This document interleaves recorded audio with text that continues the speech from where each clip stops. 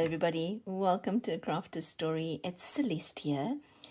I'm making a new journal and I'm looking for craft papers, and while I have a ton of craft papers that I have been gifted to me or that I've bought, I wanted something a little more personal. This journal's going to a friend and I wanted to make sure that some of the papers I had in there were made by me. And this is an idea that I've had for a while, and I know I've done a video about this before, but I've been on YouTube for over 2 years and my memory doesn't go that far back. Anyway, I thought I would redo this in any case. So what I love about this is that it's dirt easy. I've got some printer paper and what I've taken is a little piece of the printer paper. This is slightly thicker cardstock, but printer paper I think will work just fine. But perhaps if you can, get paper that's slightly thicker. You might want to just look at some of your packaging and food packaging. That's probably going to be fine. And I drew a circle on it, and then I just roughly tore around the circle. So you can see I tore away some of the line of the circle, deep into it. I kind of went outside the line on some of the places.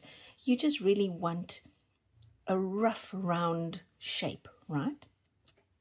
Then I've taken a long piece that's roughly, I'm going to say roughly a lot because this is roughly what I'm doing. But I've taken a piece of paper, I have folded it in half, and I've taken the ends and I've folded them back. And then I'm going to just take a little bit of glue and I'm going to glue it to the back of my stencil. So I'm just creating a stencil, I suppose that's what I should be saying. So I'm just going to glue that down, and now I have a stencil with which I can make these patterns. So let me just make sure, if my stencil, I see the edges going, once it's dry, I'm just going to cut it off or tear it off so it doesn't stick out there. All right, so I have that one. I'm going to use one that I've already made and used, and this is a piece of paper that I have already also started stenciling on, and I am not going to be bothered with, well, this is a personal choice. You either decide on a color scheme. For me personally, the type of art I do is very bright and bold. I should, anyway, I'll show you an example just now. So I'm going to take, either you can just take this little ink, what do you call these? Pads, ink pads, or you can take a dauber. Since these ink pads are so small, I'm just going to use them directly on my paper, and I'm going to do an outward movement. Keep it in place. Outward movement, so that I get a really definite edge from my stencil.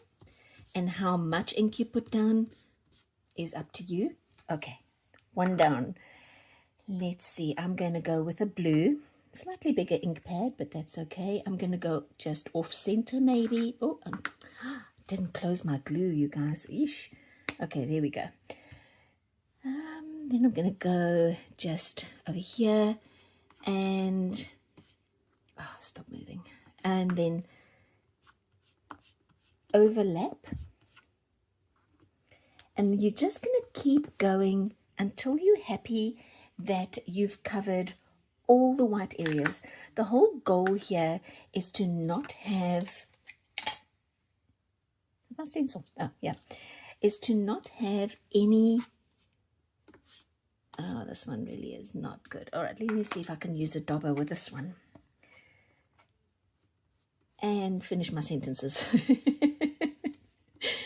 You really want to make sure that you don't have any white space left over. You'll see that on this example, there's lighter areas, but there's no white space left over. So I'm just gonna, you just keep going, and you can see how this is already taking shape, this stencil sheet. And then of course you can keep these stencil sheets as masters. All right, so you guys get the idea. You just keep going across the page, making sure that you cover, oh, come back. There we go. Okay, let me cover this white corner over here. And this dauber, I've used it probably for brown and red because it's coming out a little maroony, but that's okay. So you're going to keep going. All right, so I think you guys get the idea. Now I want to show you what you can do with these. Either just use them as craft paper and stick the paper down directly. Let me put this aside. Put that aside. I think I've closed all my inks. Yep. All right, so either you just use this as craft paper itself, and I have taken my master and photocopied it over and over again. And of course you could do a complete page if you wanted a bigger page, so that it becomes almost like a page in a signature page in a signature in a journal. I haven't done that. I've just done a half page. So I went ahead and I did some copies, but my copier is slowly but surely running out of ink, and I imagine, based on what came out of the printer this morning, that I'm running out of yellow. But look at this gorgeousness. I mean, it looks like rose petals to me. And that is a print of this one. So to me, it's beautiful. I kind of feel like I could put this on fabric as well as a design. And I'm kind of thinking about that. So the other thing you could consider doing is taking a copy and then doodling on your page. So if you doodle on your page, you can then, I've chosen to do flowers, but you could do leaves, you can just do circles or squares, hearts, anything that you want to doodle, and then just fussy cut them out. Once you've made your photocopy, fussy cut them out. You can maybe add color. This is my originals. I don't want to add anything more to it, but if I were to make a copy, which I did, but like I said, my copier is running out of ink, and I feel like what I want to do is to make a bunch of photocopies with it, with these sort of pinky, purpley, gray, blue colors until my color cartridge completely runs out, and then I'll change the cartridge because I really like this pinky hue.